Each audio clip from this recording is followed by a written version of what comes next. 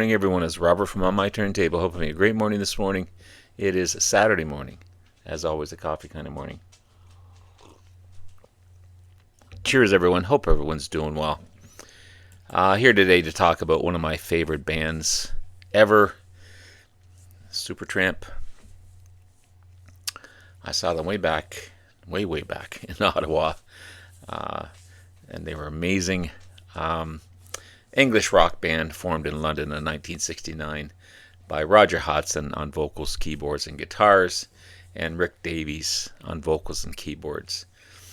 They created a style that were all on their own, using both of their individual talents on each album that they were on. They blended progressive rock and pop together. The classic lineup, which lasted over 10 years, 1973 to 83, consisted of Rick Davies, Roger Hodgson, Dougie Thomson on bass, Bob Siebenberg on drums, and John Helliwell on saxophone.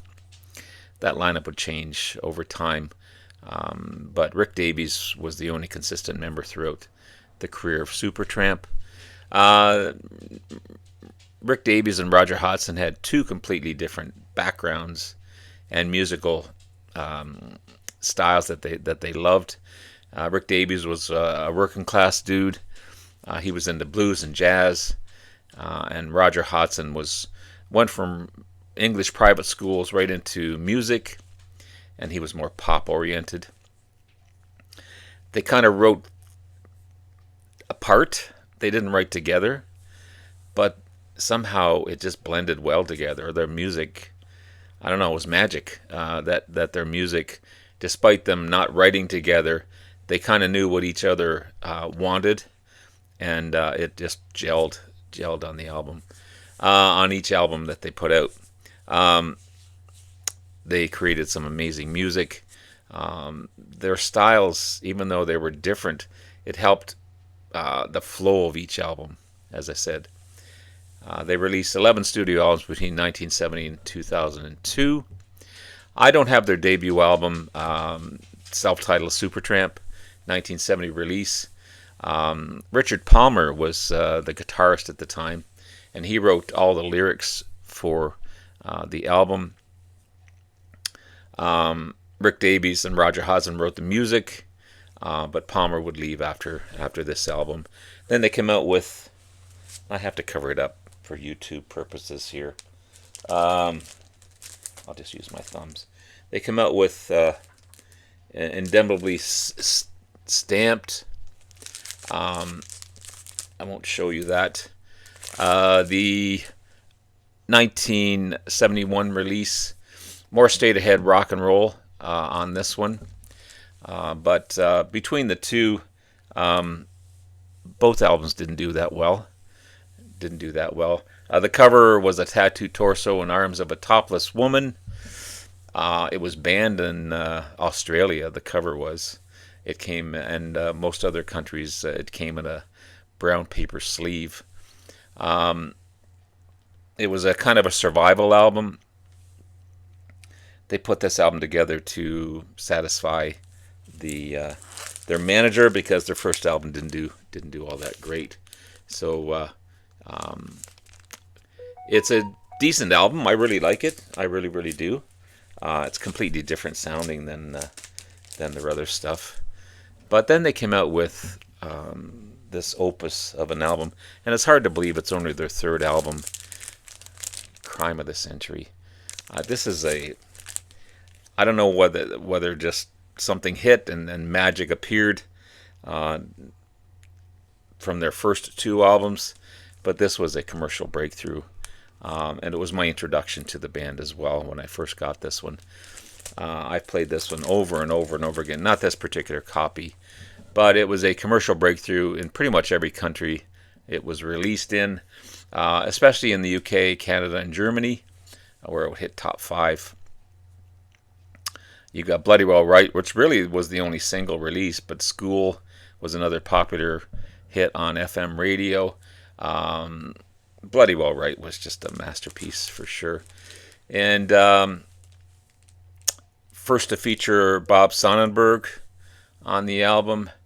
and it's one of the 50th great, sorry, voted the 50th greatest prog rock albums of all time. 50th greatest prog rock albums of all time. Crime of the Century. Gorgeous album. Love it. It's, I don't know. It came out kind of the same time Dark Side of the Moon.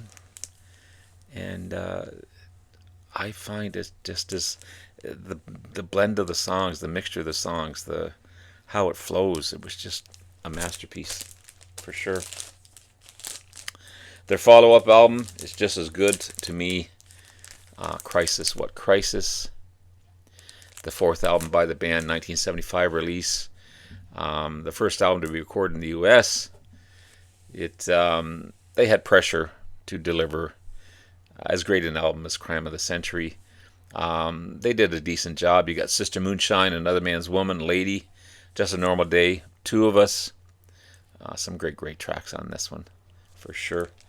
Again, love it. Love it. I can't find a vinyl copy of Even in the Quietest Moments. I'm sure I'll find one day that's not beaten all to hell. But as far as a new version on vinyl, it's hard to find. This one's a remastered copy. Sounds great. Sounds great. It's the fifth album by the band, 1977 release. Number 16 on the Billboard charts. Even in the Quietest Moments was ranked 63rd of the World Critics list of the 200 greatest albums of all time. You've got Give a Little Bit, one of their best songs ever. Loverboy, Even in the Quietest Moments. Downstream, Babaji, From Now On, and Fool's Overture. I was listening to this the other day, and every track, of course, you got the Roger Hodgson track, and then you got the Rick Davies track. And they kind of share each, they got their own half and half, basically. But it blends so well. Blends so well. Such a great album. Such a great album. A huge commercial success was Breakfast in America, their sixth album, 1979 release. You got three huge singles: The Logical Song, Goodbye Stranger, Take the Long Way Home. Quadruple platinum. Supertramp's biggest selling album. Of course, MTV and Much Music were staples of this album. The music videos. Again, what made Supertramp was that Rick Davies and Roger Hodgson wrote their songs separately from each other, but they conceived the theme from the album jointly. I don't know how they did that. This was the original concept of the album, to have relationships and conflicting ideas between Roger Hodgson and Rick Davies, because they kind of battled within each other. Even though they loved each other, they kind of hated each other too, because they had such difference in styles. Their lives were different. Their musical tastes were different, but it all blended together, and they challenged each other kind of from their writing. But amazing album. Amazing album. Then you got Famous Last Words, the seventh album, released 1982. It was a follow-up to Breakfast in America. Also the last album to feature Roger Hodgson, who would leave and pursue a solo career. So that was the end of the classic lineup of Hodgson, Davies, Helliwell, and Thomson and Siebenberg. Again, it was a good album, but Roger Hodgson wanted to do more of a pop album again, and Rick Davies wanted to do a heavy, more progressive rock album, and I think that's where the conflict finally hit the breaking point, where Roger Hodgson left the band. But you got Crazy, It's Raining Again, Know Who You Are, C'est Le Bon, Don't Leave Me Now, all written by Hodgson, and Put On Your Old Brown Shoes, Bonnie, My Kind of Lady, and Waiting So Long were written by Davies. Still hit number 5 on the Billboard charts, certified gold. Decent album on that one. The album Brother Where You're Bound was the first album without Roger Hodgson on it. So Rick Davies took over the lead of everything, the songwriting, the musical style, everything. Big hit Cannonball on this one. Still reached number 20 on the Billboard charts. The title track, Brother Where You Bound, features Thin Lizzy's Scott Gorman on rhythm guitar and David Gilmour on doing the guitar solos. And it's a 16.5-minute track. It was just, it's an opus of a track for sure. It's a great performance. The guest musicians are fantastic. I love the sound of the album. The production is great. They went back to the more progressive rock style that Rick Davies wanted to do, but they still added some pop elements to it. Great album. Great album. I'm Missing Free as a Bird, their 9th album, 1987 release. This one, I'm not really looking for it because it's more of a synthesized dance beat and rhythm sounding album, as far as I know. I've never heard it. I'm also missing Some Things Never Change, the 10th album, 1997 release. They went back to their more progressive rock pop sound on this one, and they did something that they've never done before. They recorded it live in the studio, so I'd like to find that one if I could. And Slow Motion, the 11th and final album, 2002 release. Slow Motion was. It was only available in North America from mail order from the band's website, and the song Gold Rush was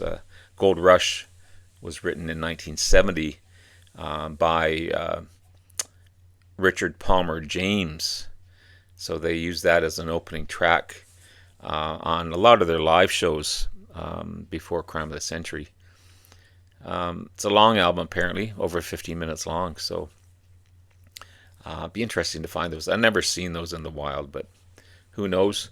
But anyway, there's my look at Supertramp, an amazing band, one of my favorites ever. And so happy to share this with you. Have yourself a great rest of the day. Love you all. We'll talk to you again soon. Bye now.